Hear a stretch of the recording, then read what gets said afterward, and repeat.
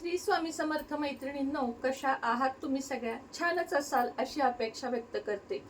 आषाढी एकादशीच्या सगळ्यांना चाहूल लागलेली असते. आषाढी एकादशी असू दे, गणपती बाप्पा असू दे, दिवाळी असू दे, पाडवा असू दे, आपला पौर्णिमा असू दे, असे काही ठराविक सण आहेत. तसं तर आपल्याला सगळ्या सणावारांचं खूप महत्त्व असतं. पण काही काही बघा, आषाढी एकादशी ही वर्षातून एकदा येणारी एकादशी आहे आणि वर्षभराचं फळ देऊन जाणारी आहे. त्यामुळं आषाढी एकादशी अगदी बालपासून वृद्धांपर्यंत सर्वजण आषाढी एकादशीचा उपवास करतात. त्या दिवशी जमेल अशी सेवा करतात आणि म्हणूनच आषाढी एकादशीला कोणत्या गोष्टी करू नयेत ह्याच्यावर आजचा व्हिडिओ आहे. तशा पण आषाढी एकादशीला कुठल्या गोष्टी कराव्यात, काय सेवा करावी ह्याचे पण व्हिडिओ येणार आहेत. आज सर्वप्रथम आषाढी एकादशी कधी चालू होत आहे, कधी समाप्त होत आहे, उपवास कधी धरावा, या छोट्या छोट्या गोष्टी आपण बघणार आहोत. तर बघा, आषाढी एकादशी ही शनिवार 25 जुलै 2026 रोजी आहे. शनिवार 25 जुलै 2026 रोजी यावर्षी आषाढी एकादशी आहे. एकादशी तिथी प्रारंभ 24 जुलै 2026 संध्याकाळी 6:12 होत आहे. इथं मी तुम्हाला लिहून देईन खाली किंवा वरती, तुम्ही तेही बघा. आणि तिथी समाप्ती 25 जुलै 2026 रात्री 8:10 ही आषाढी एकादशी समाप्त होत आहे. आता सगळ्यांना प्रश्न पडेल की मग उपवास कधी धरावा किंवा उपवास कधी सोडावा. तर उपवास सोडायचा आहे म्हणजे पारणे ज्याला आपण म्हणतो ते 26 जुलै 2026 रविवारी सकाळी 5:19 ते 8:22 उपवास म्हणजे पारणे सोडणे, उपवास सोडणे हे रविवारी 26 जुलैला सकाळी 5:19 ते 8:22 आपल्याला हा उपवास जो आहे तो सोडायचा आहे.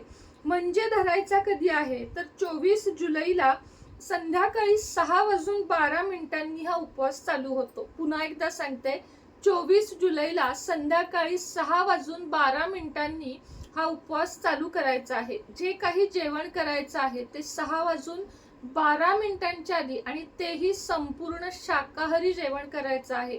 अगदी 4 दिवस आधीपासून मांसाहार करू नका, कारण 3 दिवस तरी लागतात जेव्हा तुम्ही मांसाहार करता तो पचन होण्यासाठी. त्यामुळं 24 जुलैला संध्याकाळी 6च्या आत, सूर्यास्ताच्या आत जेवून घ्या. कारण बऱ्याच ठिकाणी नाही जेवत, रात्री जेवतात, पण चुकीची पद्धत आहे. आषाढी एकादशीचा प्रारंभ झाल्यापासूनच आपल्याला आषाढी एकादशीचा उपवास धरायचा असतो. मग 24 तारखेला धरलेला उपवास 24ला रात्री जेवण झाल्यावर 25ला सकाळी, 25ला रात्री आणि मग 26ला सकाळी 5:39 पासून 8:22 पारणे सोडणे असं म्हणतात. पण आता तुम्ही त्या दिवशी दिवसभर उपवास सोडू शकता. निश्चितच तुम्हाला माहिती समजली असेल की मी काय म्हणते किंवा मला काय म्हणायचं आहे.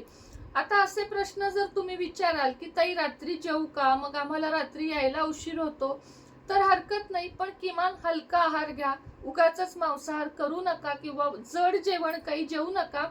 आणि प्रयत्न करा, एक दिवस रात्री नाही जेवलं, उपवास धरला तरी चालतो, किंवा सरळ मग उपवासाचे लाईट पदार्थ घ्या. केळ, दूध, फळं, सफरचंद असं देखील तुम्ही खाऊ शकता.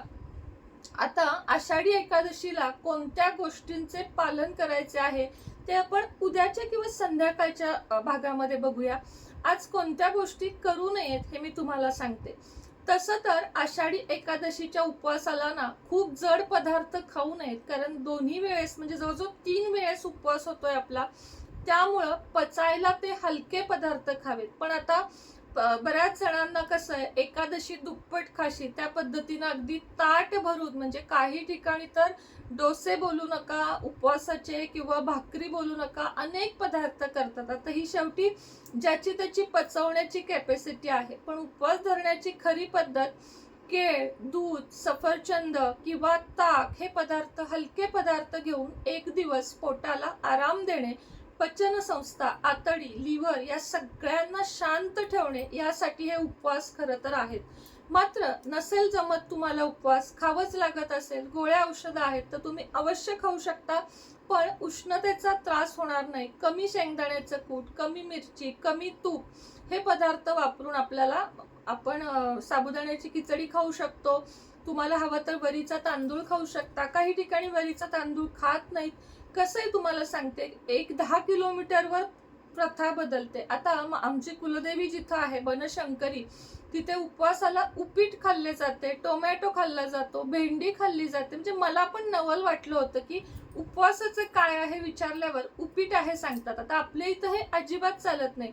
आमच्याकडे कोथिंबीर जिरे चालतात, तर काही ठिकाणी कोथिंबीर जिरे चालत नाहीत. म्हणजे या पद्धती मी तुम्हाला सांगण्यापेक्षा या तुमच्या घरामध्ये कशा पाळल्या जातात त्यानुसार तुम्ही करू शकता. मग आता एक प्रश्न मिटला की उपवासाला काय खावे काय खाऊ नये.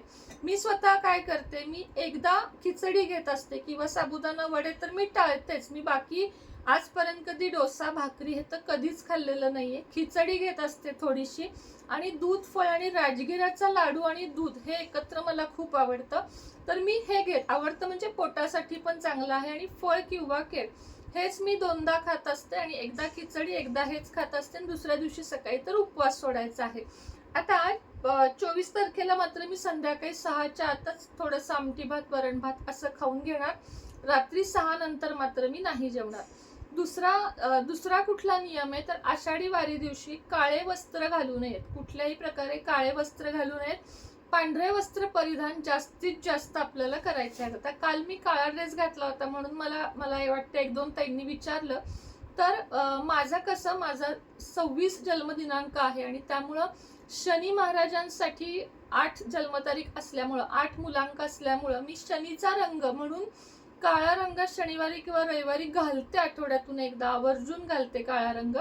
आणि असं काही नाही की घालूच नाही, मात्र देवाला वगैरे जाताना आपण घालू नये. हा झाला कालचा विषय. तर त्या दिवशी पांढरे वस्त्र धारण करण्याला जास्त महत्व आहे. पांढरे नसतील तर लाईट पिवळ्या रंगाचे वस्त्र या दिवशी अवश्य घालावेत. महिलांना साडी शक्य असेल तर साडी घालावी, नसेल शक्य तर पंजाबी ड्रेस किंवा जो काही तुमचा पेहराव असेल तो घालावा. तिसरी गोष्ट काय करू नये, मुख्य अगदी गोष्ट म्हणजे या दिवशी आपल्याला तुळस तोडायची नाहीये, आणि तुळशी पत्र तर लागणार आहेत. म्हणून काय करा, तुळशी पत्र हे 1000 वेळा जरी वाहिलं ना तरी ते कधीही शिळं होत नाही. बेलपत्र आणि तुळशी पत्र आत्तापासून काय करा, 108 तुळशी पत्र एकदम आणण्यापेक्षा, एकदम तोडण्यापेक्षा, मी तर आता आजच फुलं आणायला जाणार आहे ना, थोडी तुळशी पत्र घेऊन यायचं. असं करत करत 4 दिवस 2 दिवस 3 दिवस जे काही बाकी असतात तोपर्यंत मी तुळशी पत्र आणून ठेवते. घरातल्या तुळशीचं मी शक्यतो तोडत नाही, एखादं पान नैवेद्यापुरतं मी तोडत असते. आणि पुढची गोष्ट म्हणजे तुळस या दिवशी तोडायची नाही. चौथी गोष्ट, या दिवशी तुळशीला पाणी घालायचं नाही. तुळशीला दिवा लांब लावायचा. तुळशीच्या आतमध्ये दिवा उदबत्ती काहीही घालायचं नाही. तुळशीची पूजा विधिवत करायची, फक्त पाणी घालायचं नाही, कारण तुळशीचा उपवास असतो या दिवशी असं म्हटलं जातं. पुढची गोष्ट, तुम्ही उपवास धरा अगर नका धरू, काहीही हरकत नाहीये. प्रत्येकानं धरलाच पाहिजे असं नाही, पण 12 एकादशीचं पुण्य आणि वैकुंठ प्राप्ती होण्यासाठी आपल्याला हा उपवास धरायचा असतो. म्हणून ज्यांना अजूनही जमतं, मलाही अजून जमतात उपवास, पित्ताचा त्रास प्रचंड होतो, पण तरीही काही उपवास असे आहेत जे श्रावणी सोमवार, मार्गशीर्ष गुरुवार, आषाढी एकादशी, महाशिवरात्री हे काही ठराविक उपवास आहेत ना, हे अजून तरी सोडण्याची इच्छा होत नाही. आणि म्हणूनच या दिवशी उपवास धरा. पण नसेल जमत काही कारणानं, तर तुम्ही समजा प्रेग्नंट असाल, आजारी असाल, वृद्ध घरात आहेत, तर अशा वेळेस मांसाहार करायचा नाही, आणि कांदा आणि लसूण अजिबात खायचा नाही. पुढची गोष्ट, वरीचा भात का खात नाहीत, कारण एकादशीला तांदूळच वर्ज्य आहे. त्याच्या मागची कहाणी पण मी तुम्हाला सांगणार आहे की का वर्ज्य आहे. त्यामुळे वरीचा भात चालत नाही. पण बऱ्याच घरामध्ये या प्रथा न पाळता उपवास धरतात. खरं तर त्याला काहीच अर्थ नाहीये. मग आपण उपवास नाही धरला तरी चालतो असं मला वाटतं. म्हणून या दिवशी जेवणामध्ये भात हा संपूर्ण कट करायचा आहे. भात अजिबात खायचा नाही. असं पण एकादशी दिवशी माझ्याकडून कधीतरी खाल्ला जातो, मी नाही म्हणत नाही, पण ज्या वेळेस लक्षात असतं ना की एकादशी आहे आणि या एकादशीला तर बिलकुल नाही, भाताचा कण पण या दिवशी खायचा नाही, खिरीचा नैवेद्य, तांदळाची खीर चुकून नैवेद्याला दाखवायची नाही. या दिवशी तुम्ही मिठाई दाखवू शकता, दूध साखर दाखवू शकता, खिचडी दाखवू शकता, जे हवं ते तुम्ही नैवेद्याला दाखवू शकता, तांदूळ सोडून. एवढे हे 4-5 नियम आहेत. काळं घालू नका, मुख्य म्हणजे घरामध्ये वादविवाद घालू नका, घरामध्ये देवपूजा या दिवशी करायचीच आहे. तुमचं काही असेल, पिरियड असेल, सुतक असेल तर काहीच करू शकत नाही, पण पिरियड असेल तरी घरातल्या एका सदस्याने तरी या दिवशी अवश्य पूजा करावी. बाळंतिणी आणि गरोदर माता यांनी उपवास कोणत्याही प्रकारचा धरू नये. ओम नमो भगवते वासुदेवाय नमः या मंत्राचा अखंड जप करावा. गीतेचा 15वा अध्याय वाचावा. सेवांवर आपण नंतर येणार आहोत, पण आजच्या व्हिडिओमध्ये मी क्लिअर केलं की तुम्हाला या दिवशी काय काय करायचं नाहीये. पुढची गोष्ट, ज्यांना ज्यांना लक्ष्मी कुंचन हवे आहेत त्यांनी बुकिंग करा. लक्ष्मी कुंचनवर मनी मॅग्नेट ब्रेसलेट एकादशी पर्यंत जवळजवळ फ्री आहे. गणपती जवळ येत आहेत. आता माझ्या घरात दिवा आहे बघा, 1 तास 10 मिनिटं चालणाऱ्या तुपाच्या वाती ज्यांना हव्या आहेत त्यांनी संपर्क साधा. गणपतीसाठी खास 2-3 डबे घेऊन ठेवा. चांगल्या चांगल्या सुगंधी उदबत्ती आपल्याकडे आहेत. कापूर भीमसेनी ज्यांना पाव किलो 1/2 किलो हवा आहे त्यांनी घेऊन ठेवा. गणपतीत ऐन गडबड नको. त्याच पद्धतीनं श्रावण महिना येत आहे. पितळी शिवलिंग, नर्मदेश्वर शिवलिंग, स्फटिक शिवलिंग, पारद शिवलिंग आणि कुठलं जे तुम्हाला हवं आहे ते शिवलिंग ऑर्डर करा. देवी देवतांच्या मूर्ती, गुरुपौर्णिमा येत आहे, स्वामी समर्थ मूर्ती सुद्धा ज्यांना हव्या त्यांनी ऑर्डर करा.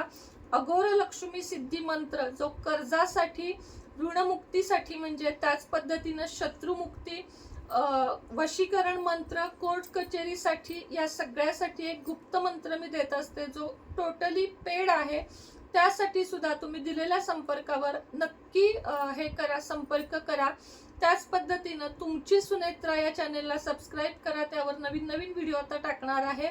आणि इंस्टाग्राम आयडी आहे आपला सुनेत्रा लाईफस्टाईल आणि सुनेत्रा 2606, ह्याला पण नक्की फॉलो करा. श्री स्वामी समर्थ.